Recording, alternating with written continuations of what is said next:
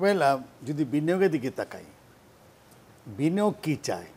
Domestic market strong, এবং ডোমেস্টিকে যারা ব্যবসা করছে তারা খুব স্ট্রং। তখন বিদেশিরা তখন দেখে আরে একটু ভাগ আমরা একটু নেই না কেন, তখন তারা ইনভেস্টমেন্ট করতে আসে।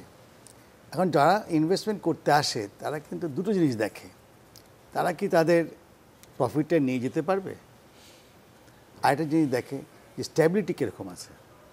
আল্লাহ রহমতে মাননীয় প্রধানমন্ত্রী জনতা শেখ হাসিনা যেভাবে একটা স্টেবল গভর্নমেন্ট চালিয়ে গেছেন আজকে 15 বছর এক টানে, আর আগে তো একবার করিয়েছেন, সেটা কিন্তু একটা বিরাট একটা আস্থার জায়গা বিদেশিদের দিয়েছে।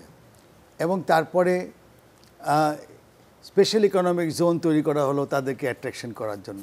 এবং সেখানে আমরা দেখলাম বিশেষ করে মিরেশ্বরাই, যেটা শেখ মুজিবের নামে করা হয়েছে এখন, সেইখানেও কিন্তু দেখলাম যে ল্যান্ড কিন্তু আর অ্যালোকেশন খালি নাই, এবং দেশি বিদেশি সবাই কিন্তু ল্যান্ড নিয়েছে। আমরাও কিছুটা ল্যান্ড নিয়েছি, ওখানে আরও ইনভেস্ট করব।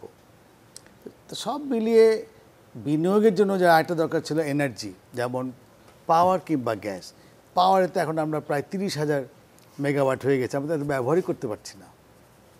আর গ্যাসে সমস্যাটা যেটা হয়েছে সেটা আমাদের নিজস্ব গ্যাস কমে গেছে, বাট আমরা এলএনজি দিয়ে সেটাকে মেকআপ করে চালাচ্ছি।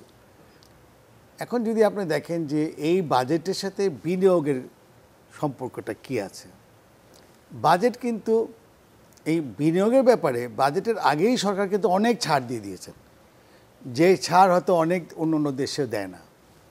আমাদের যে বিনিয়োগের যে সমস্যাটা এখন আমরা ফেস করছি সেটা হলো গ্যাস এবং বিদ্যুৎ নিরবিচ্ছিন্ন পাওয়া যাচ্ছে না, এগুলো একটা।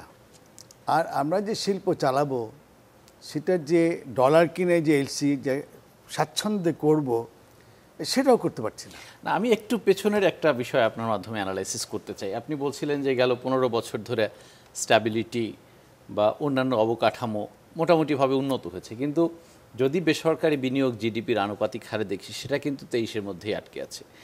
বিদেশি বিনিয়োগ 23 সালে 3 বিলিয়ন, তার আগের বছর কিন্তু $3.5 বিলিয়ন এসেছিল। বাড়ার কথা ছিল, তো যদি পরিস্থিতি অনুকূলেই থাকে তাহলে বাড়ছে না কেন? অবভিয়াসলি আপনি খেয়াল করে দেখবেন পোস্ট কোভিড অনেক দেশ কিন্তু বেশ নিচে নেমে গেছিলো, বাংলাদেশ কিন্তু মোটামুটি স্টেবল ছিল। এমনকি ইন্ডিয়াও কিন্তু জিডিপি ওদের গ্রোথ নেগেটিভ ছিল, কিন্তু দেখেন ইন্ডিয়া কিন্তু উপরে চলে গেল, বিকজ তারা এনার্জি বিলসটা they save lot of money in energy bills. যেমন ডিজেল ওরা রাশিয়াটার সাথে কিনে নিয়ে এসে নিজেরাই রিফাইন করে আবার রপ্তানি করেছে, যেগুলো কিন্তু আমরা এই সুযোগগুলো পাইনি। আমরা অনেক বেশি বেশি টাকা দিয়ে ডিজেল কিনেছি, এবং তার চেয়ে বেশি আমরা ফ্রেট কস্ট দিয়ে এনেছি, just to satisfy the industrial and the peoples demand for gas and power. সরকার কিন্তু অনেক স্যাক্রিফাইস করেছে, এবং এটা দাওয়াতে আমাদের লব সাইডেড গ্রোথ হয়ে গেছে। মানে টাকা চলে গেছে বেশি, হঠাৎ করে দেখা যায় টাকা নাই, এবং ব্যাংকেও দেখা যাচ্ছে যে লিকুইডিটি ক্রাইসিস শুরু হয়ে গেছে। তো সব মিলিয়ে আমি এটা বলবো, বিনিয়োগের যে শর্তগুলো থাকে বেশিরভাগ শর্ত কিন্তু অন গ্রাউন্ড।